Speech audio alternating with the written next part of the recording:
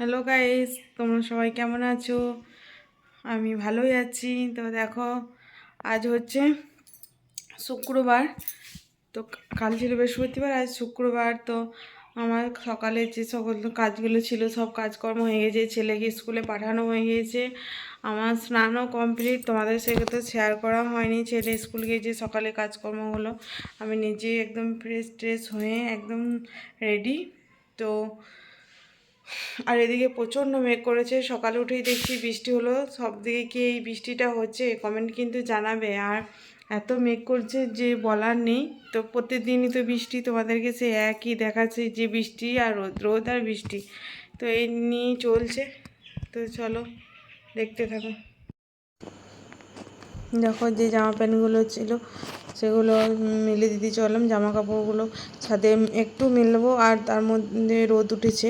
তো সকালে তো দেখলাম যে মেঘ মেঘ করে রেখেছে। আজ আজ 2 মাস ধরে একই অবস্থা, বৃষ্টি আর শেষ নেই। তো যাই হোক, তাও জামা কাপড়গুলো মেলে দিলাম উপরে। আর এদিকে দেখো আমাদের দুটো কাঁঠাল গাছের চারা নিয়ে এসেছে, মানে বাড়িতে বসানোর জন্য। তো কবে নিয়ে এসেছে হাট থেকে কিনে, কিন্তু বসানো যাওয়ার আর সময় হচ্ছে না।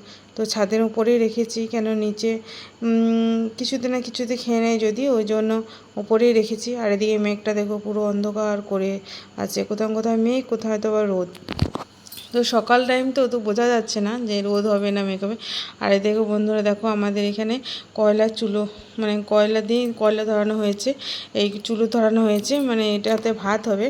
মানে ভাতটা চুলোতেই হয়, কয়লাতে আর কি, কয়লা দেওয়া হয়েছে। ওখানে আগুন ধরবে, দিয়ে তারপরে ওটার মধ্যে আঁচ হয়ে আসবে, তখন ওখানে ভাতটা বসানো হবে। আর গ্যাসের মধ্যে সব কিছু, মানে সবজিগুলো হয় আর কি, তরকারিগুলো। ওই জন্য ভাতটা ওখানে হচ্ছে।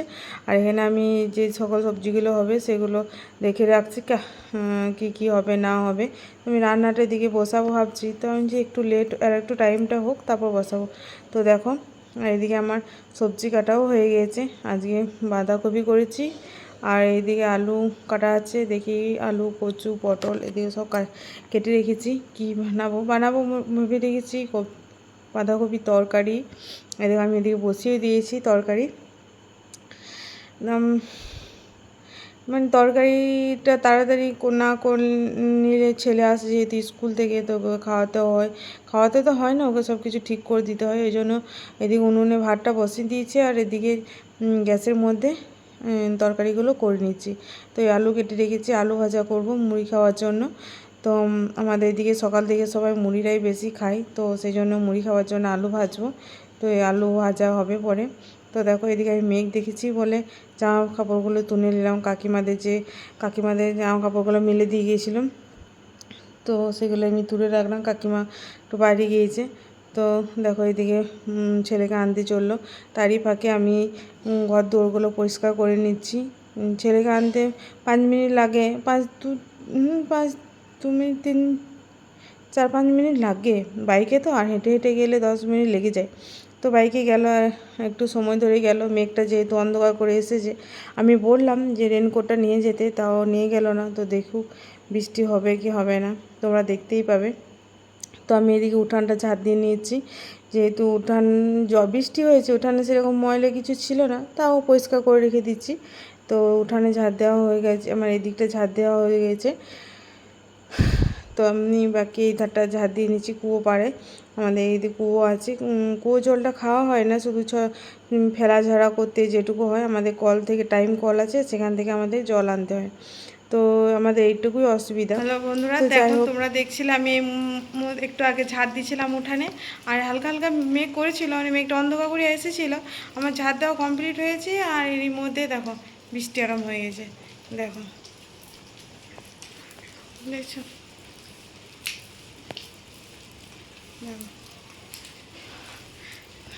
আর জামা প্যান্টগুলো মেঘ দেখে আমি তুলে নিয়েছিলাম, যে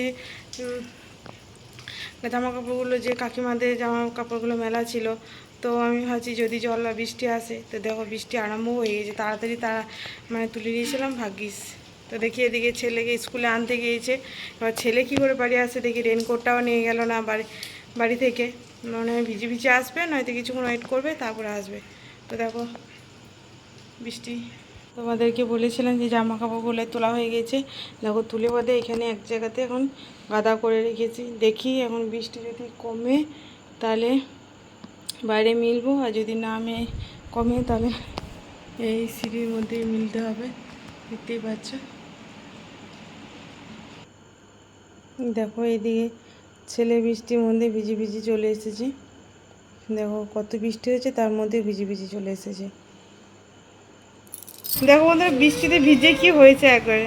আমি বললাম না যে একটু ওয়েট করতে পারলি না, একটু ওয়েট করতে পারলি না। দেখো কি হয়েছে, কিছু হয়নি। কি হয়েছে? তো ভিজে গেছে তো কি হয়েছে? তো তোমরা দেখলেই তো, ছেলে ভিজে ভিজে স্কুল থেকে বাড়ি এলো, তো ও যে ব্যাগটাও পুরো ভিজে গিয়েছিল উপরে। তো আমি সব ব্যাগে থেকে বইপত্রগুলো বের করে নিয়েছি, আর স্কুল থেকে আসার পরেই আমি ওর খাতাগুলো চেক করি যেহেতু, তো সেগুলো নিচেই বের করে নিয়েছি। তো বের করার পর আমি এবার ওগুলো উপরে নিয়ে চলে এসেছি। তো দেখো দুপুরে খাওয়া দাওয়ার পর রেস্ট করার পর আমার বর গিয়েছিলো মোবাইল আনতে। আমাদের বরের মোবাইলটা খারাপ হয়ে গিয়েছিলো, তো একটা নতুন নিউ মোবাইল নিয়ে এলো। তো ওই মোবাইলটা তোমাদের সঙ্গে দেখো শেয়ার করব। তো মানে হঠাৎ করে নেওয়ার কোনো ইচ্ছে ছিল না, বৃষ্টিতে ভিজে গিয়েছে তো খারাপ হয়ে গেছে। তো এই ভিডিওটা এই পর্যন্তই, দেখা হবে নেক্সট ভিডিওতে। বা